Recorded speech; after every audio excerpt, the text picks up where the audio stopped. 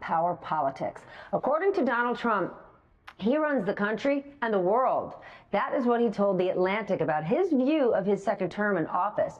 In the interview, Trump also pushed back on the idea that economic chaos would make him roll back his tariffs. He said, well, it always affects you a little bit. There's no red line or certain number that would make him change course. But it is not just Wall Street or the business community that's currently uneasy about Trump's economy. Recent polls are showing that most Americans disapprove of how Trump has handled the economy. Of course, Trump's team in public is brushing off all the polls and the worries, saying Trump is focused on putting Americans first. And while the business world is very concerned about the trade war with China, Treasury Secretary Scott Bessent, he says the ball, well, it's in China's court.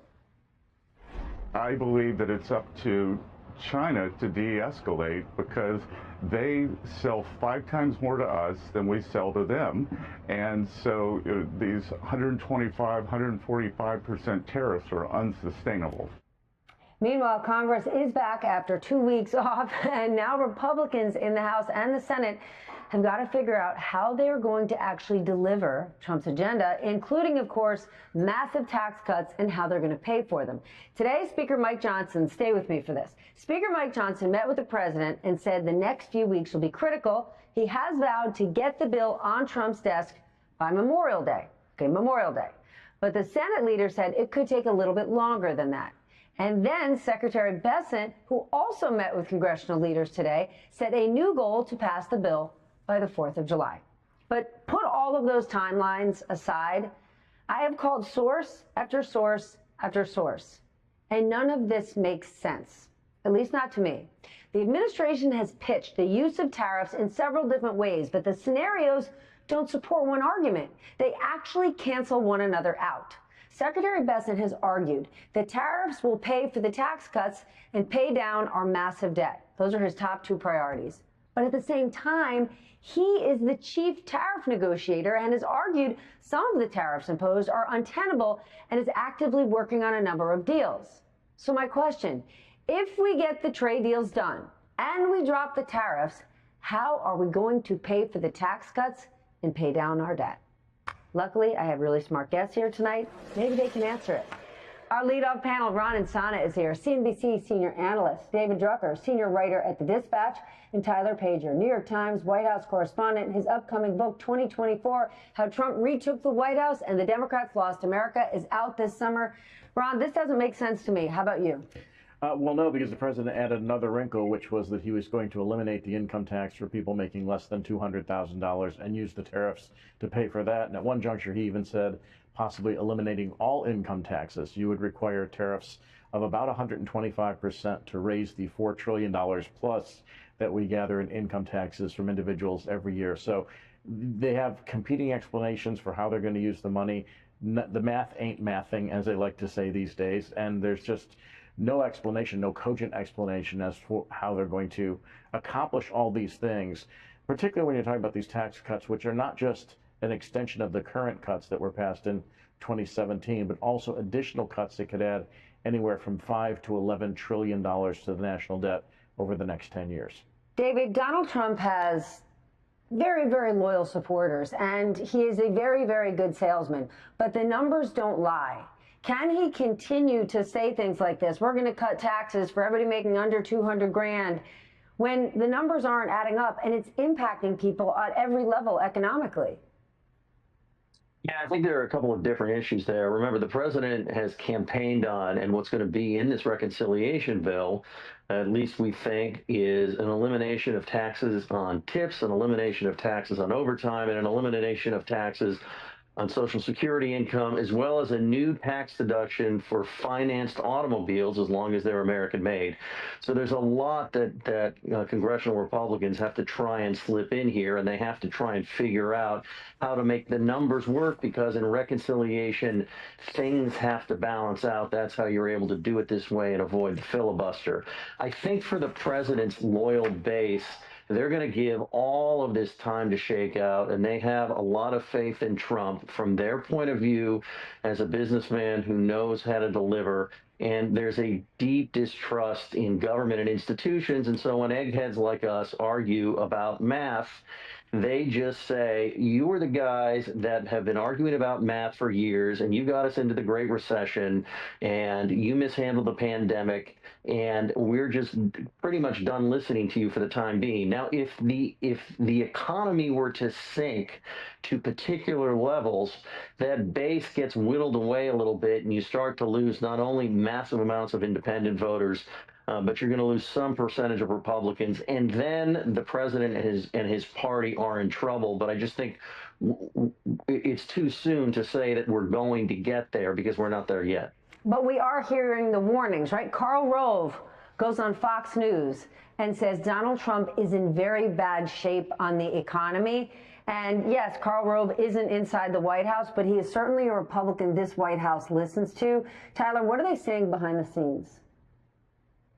Yeah, I think there is real concern. I mean, this is the difference between campaigning and governing. One of the biggest talking points for Donald Trump as a candidate for president was railing against Joe Biden and the Biden administration when Kamala Harris took over the ticket, their stewardship of the economy. And the Biden administration struggled mightily to explain why prices were rising. And even as they tried to blame Putin or blame the pandemic, Americans ultimately felt the price hike at home, and that contributed to the unpopularity of the Biden administration. So Trump was successful in making the economy a centerpiece of his campaign, but they know that voters, when they head to the polls for the midterms, will be voting largely based on how they're feeling economically. And regardless of the messaging, and obviously Trump has leaned into this messaging argument about tariffs and is convincing his base, but ultimately they need to win over independents. Midterms are always hard for incumbent presidents. And so this is something that Republicans across Washington and across the nation are concerned about. Now, Trump is not someone that's going to lean into that and recognize that publicly, but privately behind closed doors, Republicans are acutely aware. And we saw Scott Bessent and Howard Lutnick have some success with Donald Trump in explaining this as he put in this 90-day pause. Now, we'll see what happens over the course of the next few months with these trade deals and whether that's enough to get Trump to change course. But also, as Steph, you know, economists, analysts are worried that the damage has already been done, and there's no way to just take the foot off the gas and release this and bring back the economic growth that we were seeing before the president put in these tariffs. All right, but then let's talk about the 90-day pause, because Donald Trump said he's not flustered, he's not bothered by a little economic chaos, and he's going to do what he wants to do regardless of the markets. He's already proven he won't. Right? The markets, stock market tanked, bond market tanked, and Trump blinked and said, we're going to pause, we're going to lower the tariffs. I mean, Tyler just referenced Scott Bessent and Howard Lutnick coming to him. So the president could say he's unbothered, but he has shown us in the last 2 weeks he is. Well, I think we've seen him react to markets. We've also seen him deny the reality of the economy, right? Rather than say, this is just a rough period to get from here to there, he said that there's no rough period. Everything is just fine. And look, we know that it is. And I would say also the interesting thing about the troubling polling that is coming out just as he's about to reach that 100-day mark is that, unlike the first term, it's not about his personality or his provocative behavior or things that he says, which were so shocking and different during his first 4 years. This is all based on performance and how people feel about, in particular, the economy, always their number one issue. Their number one issue last November, their number one issue always. And so I like to try and pay attention to what Trump does, not to what Trump says, because on the same day he will say he cares, he doesn't care, I'm not going to change course, oh, I am changing course. And so you just have to look at what he's doing and not what he's saying. Well, Scott Bessent would argue it's all part of the strategy. I want to share when he talked about this yesterday, because he was basically talking about Trump's yo-yoing back and forth, because it got quite a reaction from the business community. Watch this. In game theory, it's called strategic uncertainty. So you're not going to tell the person on the other side of the negotiation where you're going to end up. And nobody's better at creating this leverage than President Trump. When this interview was on television, I wasn't watching. My phone lit up with people from the business community basically saying F you, dude.